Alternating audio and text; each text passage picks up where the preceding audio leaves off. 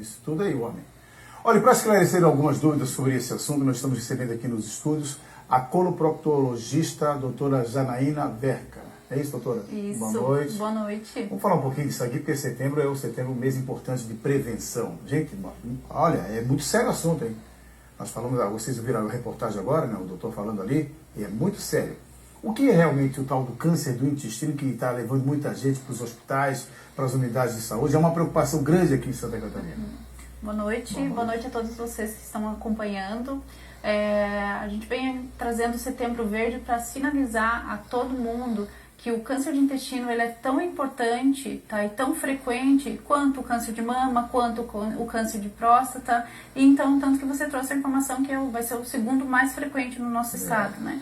Então, ele sendo tão prevalente e tendo essa possibilidade de cura, tá, é muito importante essa nossa campanha de prevenção. Por isso que nós estamos fazendo essa campanha cada vez mais disseminando para todo o estado e para todo o Brasil a importância da prevenção. O câncer de intestino, ele é um câncer que tem um comportamento, na maioria das vezes, lento de crescimento, que começam com pequenas lesões no intestino, como se fossem umas verruguinhas, que nós médicos chamamos de... Uma lesão benigna pode se tornar maligna? Com certeza. Nós chamamos os pólipos, tá? E esses pólipos, tá? Eles demoram para crescer e se tornar realmente malignos, se tornar um câncer, né? E como esse crescimento é lento, né, até ele gerar sintomas como sangramento ou própria obstrução intestinal, alteração do padrão intestinal, às vezes esse tempo já passou muito e já malignizou. Por isso é importante que mesmo, às vezes, não tendo sintoma algum, tá, que esses pacientes façam colonoscopia. Porque é só assim que nós faremos o diagnóstico precoce e aumentaremos com certeza a chance de cura da doença, evitando cirurgia, evitando quimioterapia, radioterapia e tantos outros sofrimentos que um paciente que vem a desenvolver um câncer passa.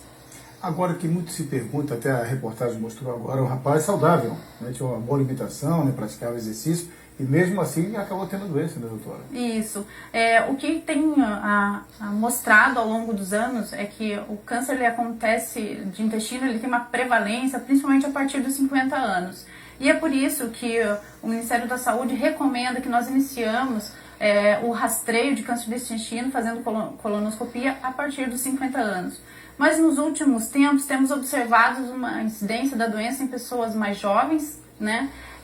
E isso nos faz trazer esse alerta para que vocês procurem fazer uma avaliação médica, procurem ser examinados, para que nós possamos fazer esse diagnóstico precocemente.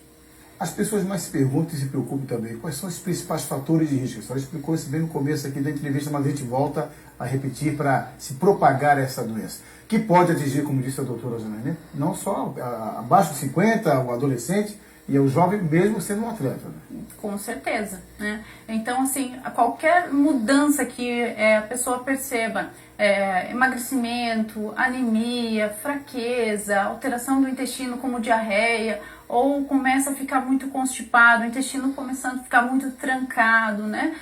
Algum sangramento nas evacuações, né? Eu sou coloprocto e no consultório frequentemente eles vêm, doutora, eu acho que eu tô com sangramento nas minhas hemorroidas. Nem sempre às vezes é um câncer de reto, né? E o que a gente tem observado? A doença está acontecendo com mais frequência também porque os nossos hábitos de vida estão muito ruins. Há uma relação direta da ocorrência do câncer de intestino com uma alimentação muito rica em conservantes, em alimentos processados, industrializados, embutidos, uma relação fortíssima Pode causar também, né? Com certeza, uma relação fortíssima com o tabagismo e com o uso de álcool frequente, coisa que a nossa geração está abusando e, consequentemente, isso se repercute nessas doenças que estão aparecendo com mais frequência. Doutora, homens e mulheres também?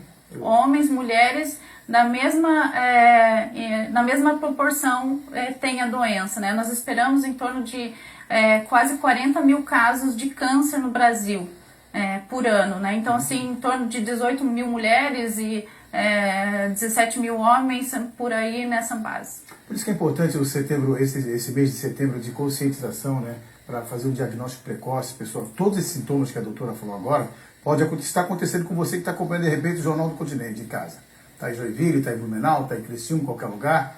é fundamental procurar logo um médico quando essas mudanças, você começar a sentir essas mudanças no próprio corpo, né? Com certeza. Prevenção é sempre o melhor remédio. Vai evitar um sofrimento, um processo de cirurgia, de quimioterapia, de radioterapia, todo o sofrimento que o câncer pode causar. Então, assim, se é uma doença evitável e curável, não tem por que nós ficarmos fugindo ou postergando isso, né? Sendo que um exame pode curar e evitar um mal tão grande. Olha, nós temos uma telespectadora que mandou mensagem aqui para o meu telefone, esse assunto está interessante. Ela pergunta o seguinte: existem hábitos a serem evitados a fim de que a pessoa possa reduzir as chances de, por exemplo, o surgimento do tumor? Sim, com certeza. O câncer do intestino, ele está relacionado com uma alimentação muito com falta de fibras. Fibra se relaciona a fruta, verdura, tá certo? A gente espera que por dia nós consumimos em torno de 20 a 30 gramas de fibras. Isso dá como se fosse umas 2 ou 3 xícaras de folhas e frutas, mais ou menos assim, estimando, né? E a falta dessas fibras acaba fazendo com que a proteção do intestino, a mucosa do intestino fique um pouco debilitada, né? E isso favoreça com que essas alterações celulares aconteçam e ofereça maior risco de formar um câncer, né? Dessas alterações celulares. Também o uso do álcool com frequência, também, né? O tabagismo muito gosta de tomar um ferro, aí não dá, né? Com certeza, os tabagistas, existe uma incidência bem avançada nesse grupo. Também existe uma associação muito frequente dos pacientes que são das pessoas obesas e sedentárias, né? Associadas com uma frequência bem aumentada de câncer em relação às pessoas que têm hábitos de vidas mais saudáveis, como os que praticam atividade física diária e que não têm principalmente gordura abdominal central. Ou seja, uma boa alimentação também ajuda, né? Sempre. Água. Com certeza. Todo médico que eu estava lá para fazer entrevista, água. Eu tenho 2 garrafinhas ali. Muito bem. Água. Tem tratamento? Tem tratamento, na maioria dos casos, quando o diagnóstico é precoce, e é por isso o nosso motivo dessa campanha, tem cura. Tá? Então, quanto mais cedo for diagnosticado essas lesões, que não se espalhem, não cheguem a fazer metástases, como nós falamos, né, maior a chance de cura. Claro que temos hoje uma medicina que avançou bastante em relação à cirurgia, à radioterapia, à quimioterapia, mas a prevenção é o que realmente faz uma grande diferença na redução da incidência e em resultado de cura mesmo da doença. E os homens também não se esquecem, né? Passou dos 40, 50 lá, né? Não tem examezinho de sangue não. Tem muita gente esperta, exame de sangue. Ele não dá 100%. Né? Tem que procurar um médico.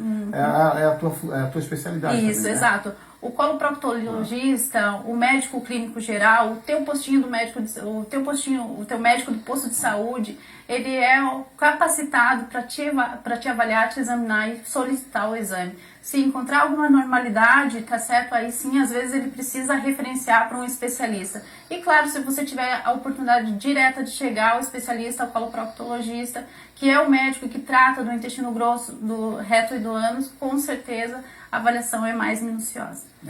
Tem que procurar o médico, né? Tem que ter vergonha não. Porque é médico, eu tenho vergonha. Procura o médico. Não é verdade? Ela tem a mesma especialidade do médico e a mesma competência, porque estudou muito, né? 8 anos estudando ali, né, doutor? 13. 13? Tá bom, obrigado, hein? Tá bom.